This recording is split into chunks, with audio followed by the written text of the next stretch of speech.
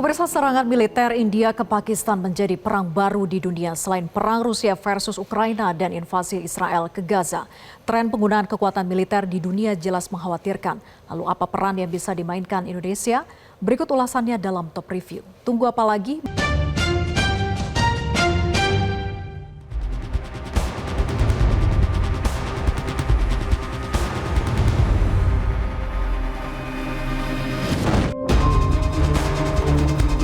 Hari Sabtu 3 Mei pukul 2.30 dini hari waktu setempat, serangan rudal dan drone India menghantam 9 lokasi di wilayah Pakistan dan Kashmir yang dikuasai Pakistan, yakni Azad Jammu dan Kashmir.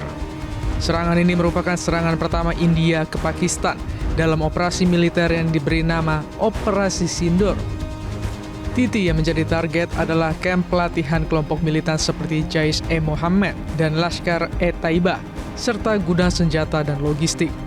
Senjata yang digunakan adalah rudal jelajah jarak menengah, drone tempur, serta jet tempur Mirage 2000 dan Su-30 MKI. India menyatakan bahwa serangan ini adalah pembalasan terbatas dan presisi atas serangan teror di Pahalgam pada 22 April 2025. Sebagaimana diketahui, pada 22 April 2025, 26 wisatawan tewas dalam serangan di Pahalgam, Kashmir, India. India menuduh kelompok militan yang berbasis di Pakistan bertanggung jawab atas serangan ini. Namun Pakistan membantah keterlibatan dan menyebut tuduhan tersebut tidak berdasar. Pakistan mengecam serangan India dan menyebutnya sebagai tindakan perang terbuka. Pada 3 Mei 2025, pagi hari, pemerintah Pakistan menyebut serangan India sebagai agresi terang-terangan dan tindakan perang. Mereka menuduh India melakukan pelanggaran terhadap kedaulatan nasional dan piagam PBB, serta menyatakan bahwa Pakistan berhak untuk membalas di waktu dan tempat yang dipilih sendiri. Perdana Menteri Pakistan menyebut akan membalas serangan kotor yang sudah dilakukan India ke sejumlah titik di Pakistan. Di hadapan parlemen, PM Pakistan menyebut akan mengubah malam yang gelap menjadi malam yang paling terang pasca serangan India.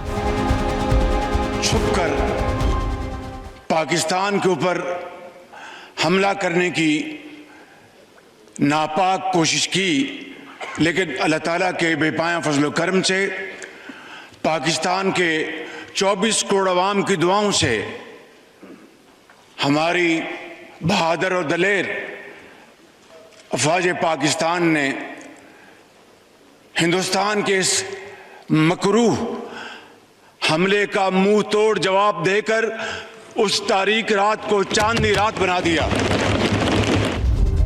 Pakistan melakukan serangan balasan militer yang diberi nama Operasi Bunyan Al-Marsos pada 4 Mei 2025 dini hari. Sasarannya adalah pangkalan udara India di Adampur dan Patankot, sistem pertahanan udara atau radar dan SAM. Menurut klaim Pakistan, mereka menyerang dengan rudal balistik jarak menengah, drone tempur, dan rudal hipersonik. Pakistan menyatakan berhasil melumpuhkan sistem pertahanan India di satu titik dan menimbulkan kerusakan signifikan pada instalasi militer. Pakistan juga mengklaim menembak jatuh sejumlah pesawat India, termasuk 3 jet tempur. Konflik berkembang menjadi serangan artileri dan drone di sepanjang garis kontrol atau LOC, menyebabkan puluhan korban jiwa di kedua belah pihak, termasuk warga sipil. Wilayah seperti Srinagar dan Udhampur mengalami pemboman berat, memicu ketakutan akan eskalasi lebih lanjut. Guru Besar Politik Internasional Alexius Jemadu mengkhawatirkan perang ini akan menjadi ajang perlombaan senjata dan memancing dua kekuatan besar dunia, yaitu Amerika Serikat dan Tiongkok terlibat lebih intens dengan motif penjualan senjata. Dan tidak mustahil konflik ini akan meningkat kalau korbannya semakin banyak dan penggunaan senjata-senjata yang makin canggih ini membuat mereka tergoda untuk selalu mencapai keunggulan militer. Nah, di dalam politik internasional itu selalu negara di dalam berperang itu berusaha untuk lebih daripada musuhnya, ya, untuk mencapai apa yang disebut sebagai military preponderance. Jadi dia kalau menggunakan senjata itu, dia akan gunakan senjatanya untuk meyakinkan lawan, menciptakan apa yang disebut dengan credible threat, ya, ancaman yang credible. Nah, kalau kedua negara ini tergoda untuk menggunakan senjata yang makin canggih, maka ini akan menimbulkan ketidakstabilan di wilayah itu, ya. Dan di balik kedua negara ini ada negara-negara besar juga yang berkepentingan untuk penjualan senjata, untuk menunjukkan kepiawaian pesawat tempur. Itu semua membuat konflik ini menjadi semakin kompleks, dan kita berharap agar terjadi deeskalasi dalam waktu dekat dan ada suatu solusi untuk menuju ke meja perundingan menyelesaikan konflik ini secara damai begitu. Karena itu Indonesia sebagai negara besar diminta aktif mendorong perundingan kedua belah pihak. Itu Indonesia mestinya mengeluarkan pernyataan untuk menyerukan kepada kedua negara ini untuk menempuh jalan damai daripada berperang, ya, karena tidak menguntungkan siapapun dan tidak akan menyelesaikan masalah. Saling tuduh antara Pakistan dan India itu sudah berlangsung lama, dan kalau ini dibiarkan maka nanti konfliknya akan berlarut-larut dan menimbulkan ketidakstabilan, mengganggu perdagangan, mengganggu supply chain yang melibatkan kedua negara itu, dan tentu saja juga berpengaruh terhadap Indonesia, karena Indonesia adalah negara prominent, ya, kita ikut mendirikan non-blok, kita tuan rumah konferensi Asia Afrika.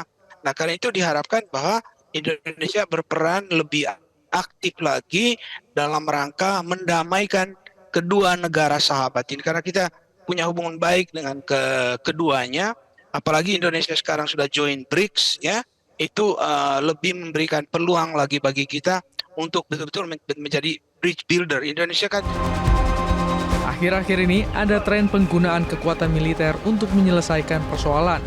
Dari mulai serangan Rusia ke Ukraina yang dimulai pada 24 Februari 2022, invasi Israel ke Gaza, dan saat ini perang India versus Pakistan.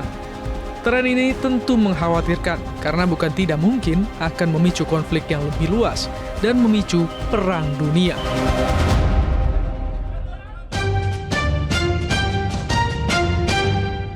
Jelajahi cara baru mendapatkan informasi. Download Metro TV Extend sekarang.